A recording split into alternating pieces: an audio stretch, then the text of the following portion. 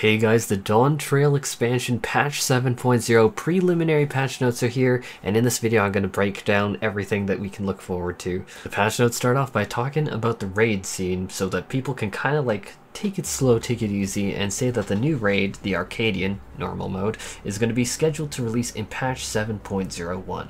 From everything I've heard, this is going to be about 2 weeks from launch, and the new raid Arcadian Savage is going to also be launched with the new treasure hunt instance C-Note Jaja Goral, and that is going to be in about a month from launch at patch 7.05. Lastly, they do say to confirm early access details, which includes things like making sure that the early access code is on your account. I did a video on that on this channel, and I'm going to try and put in the pinned comment and description. The next thing is that they talk about all of the new areas that we can look at for Dawntrail, and there are a lot of them. I'm just going to keep them on the screen here. They also said that the number of Aether Currents and Endwalker areas has been reduced, meaning that's just going to be easier to acquire flying in the now older expansion. As with any expansion, there's going to be a brand new MSQ, as well as a host of brand new side missions. One that they are looking up right now for us in particular is going to be the one called Bottled Fantasy, which is going to give you one free bottle of Fantasia upon completing the quest. This is going to be started in Ulda, the Steps of Sol X of 13.4 and Y of 9.2.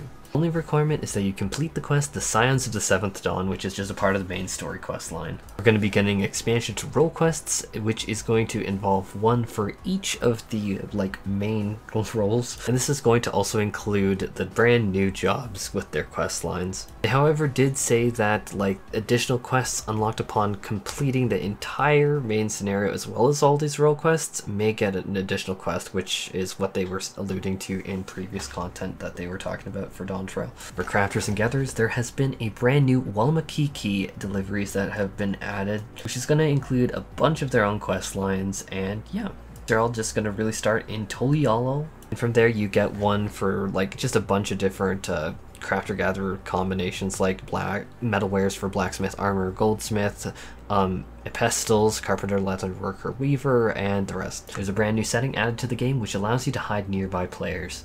Quests that have you follow the NPC and try and have you not be detected by the NPC now will have very clear visual indicators to help you kind of understand where the NPC is looking. On the side panel where your quest menu can normally be located if you have that setting on, which most players do, I do too, which you can now select an emote or a crafting log item from this just from that direct side menu, so you don't need to actually open it up. Pretty nice QOL for sure. There's a brand new option that has been added which allows you to have the text auto advance, but specifically only when there's actually a voiced cutscene, which I think is awesome because that just gets you kind of more into the flow of it. There's going to be a QOL increase to text input being standardized. What they say is certain half-width and full-width characters will now be treated as the same character when typing. I'm not super familiar with this, but for those who it helps, I think that that'll definitely be nice. They're now going to be changing the Beast Tribe quests that now are supposed to be called tribal quests to now being called Allied Society quests. Now another change they made is that certain quest battles cannot be taken by Blue Mage and soon to be Beastmaster anymore. They do not go into any more detail, so I have no idea what this is. We're getting brand new Tradecraft and Fieldcraft leaves, as well as if you're on a level 90 or above job, you are going to have your max experience that you can get from the leave capped at 1000 points. For the Fate system as well as the bisexuals, we are looking at players getting bisexual gemstones from the Fates in 7.0 areas, so we're not getting a new currency, which I think is great. We're also looking at the maximum storage of how many bisexuals you can hold, up from 1000 to 1500, as well as you are going to be looking at fates that already have an EXP boost also give you more bisexual gemstones, as well as the super big fates the head, the tail, and the whole darned thing. That's gonna now be appearing on the map, which I think is a nice QOL for everyone to just get there. Treasure hunt maps have been expanded upon. Now we can get Lobo skin as well as a Brox skin. And with the addition of the brand new maps that have the new rewards and stuff, we are looking at all the other maps being changed over. Obviously, they're going to now reward things like Poetics and stuff. So now the Excitotron 6000 and the Shifting Gymnasium Aganon are going to be level synced, which is just going to lower your level to 90, so that I guess you can't blow through it at level 100. For Grand and Free companies, we're now looking at additional items added for supply and provisioning missions. We're also looking at Viper and Pictomancer symbols being added, as well as brand new craftable items, which includes this super super cute house added to the company workshop, as well as new submersible stuff with aquatic voyages. For the housing system, we are looking at a truckload of reclassifications of the different wards. However, this is only on Dynamis, Phantom, Sagittarius, Alpha, and Raiden. So if you're not in those categories, your housing, as far as I can tell, stays the same. There's a long needed system addition to housing where you can basically get people out of your house and you can like restrict their entry. And so this is going to be super duper great QOL. We've honestly needed the system for a long time, especially with RP venues and that. Getting rid of people who are like trolling or causing mischief definitely is it's a blessing. There's a brand new system for the losers of the housing plots that basically it's going to remind you like what plot you actually bidded on. There is a truckload of brand new furnishings which includes some amazing items like that like upper like balcony like thing. Oh my god. Oh my god. I actually love that. That is freaking like amazing. Super big fan of a lot of the things that I'm seeing here, but I think that just immediately took my eye and I'm like, oh, I love it. That is definitely coming from submarines, isn't it? Crap. Oh yeah, and there's a drippy thing, which obviously I'm going to need to get the drippy thing. And then obviously new striking dummies too. We're also looking at new orchestrion rolls, new aquarium fish as well, new seeds for flower pots, which includes these like sunflowery looking things. Actually, they are sunflowers. Wait, can sunflowers be pink? Looking at new prizes being able to be purchased with MGP, which guys, I told you to stock up on MGP Platinum cards from the Moogle event. Shoot, they keep adding stuff here, guys. And then there is obviously going to be new cards and new opponents in the like triple triad. Female Hrothgar are obviously playable as a race and they are super duper cool. There's a few new hairstyles being added, which is neat. And now Krile has been added as a brand new trust NPC. Wondrous Tails has had a host of changes. These include prize adjustments. It also looks like there is a lot of streamlining of the text descriptions of what to do, and just generally kind of what you'd expect with a new expansion. There's been a bunch of Island Sanctuary QOL added, kind of like what's your default windows, what's appearing on the windows, so definitely some nice stuff here. I definitely think Island Sanctuary is a good addition to the game, and I think with Dawntrail that this still is a great thing, especially because like getting player housing where you can place outdoor furnishings is so limited. I really do still think going into Dawntrail, Island Sanctuary is a good addition to the game. They then bring up that the Viper was added to the game as well as the Pictomancer. There's a host of different combat adjustments, which includes new job actions. If you want to get my media tour coverage, head to FFXIV. I just have like an article just splat there with all the different coverage. But in addition to that, we're looking at the Blue Magic Spellbook getting a little bit of QOL to make it like easier to read. We're also looking at just some of the job actions being tweaked here. We're looking at the armory bonus from below level 90 being increased to 100% of experience, up from 50%, and then we get 50% more experience once we have something that's level 100, leveling those other jobs from 90 to 100. We're also going to be looking at brand new enemies being added, as well as brand new dungeons, as well as brand new trials, as well as a new Unreal trial, although what they are saying here is that it's going to be launching the Unreal trial in patch 7.1, so we're probably roughly 4 months away from that. They also added the Echo into the Abyssal Fracture as well as the Gilded Araya.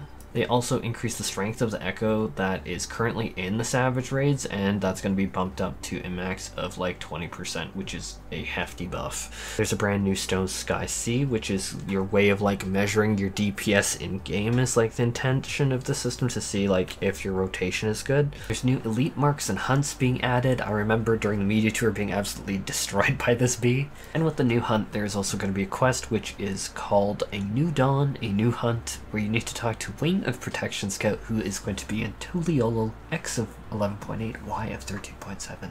With the new expansion, there is also going to be a brand new tomestone added called Elegant Tomestones of Aesthetics, as well as with the new expansion. As always, you can expect the tomestones to all shift to be like poetics from the older expansion. There's also been, alongside the new tomestone, a lot of changes to the duty roulette. I'm not going to go through all of the numbers here, but you can definitely see that yeah, you're getting a lot of aesthetic tomestones from a lot of content. With PvP, we're mostly looking at new rewards being added, and that Series 5 will end and that Series 6 will begin. I still need to grind something like 15 more PvP levels somehow by the end of tonight.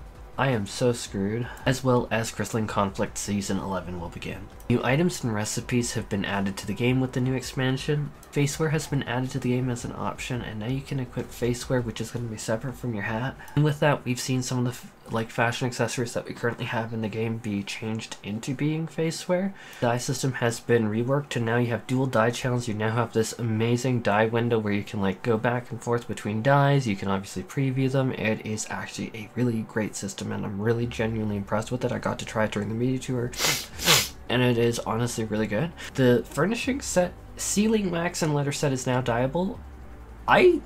Is it just a one item? Or is this like a multiple things?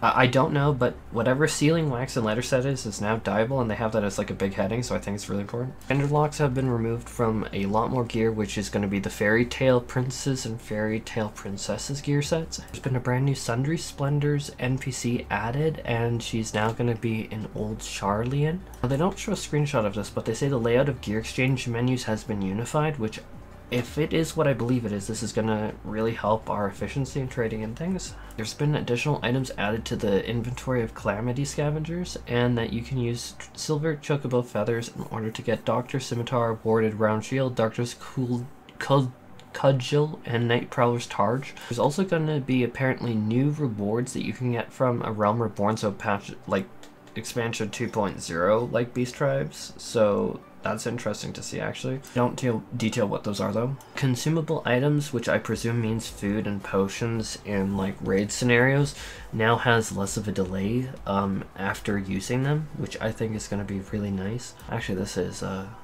pretty nice change, honestly. Along with the level 100 cap raise, we are looking at the Crafter Gatherer scripts being changed. Orange scripts are going to be now given, and kind of similar to Tomestones, the old scripts are now going to just be exchangeable for purple scripts.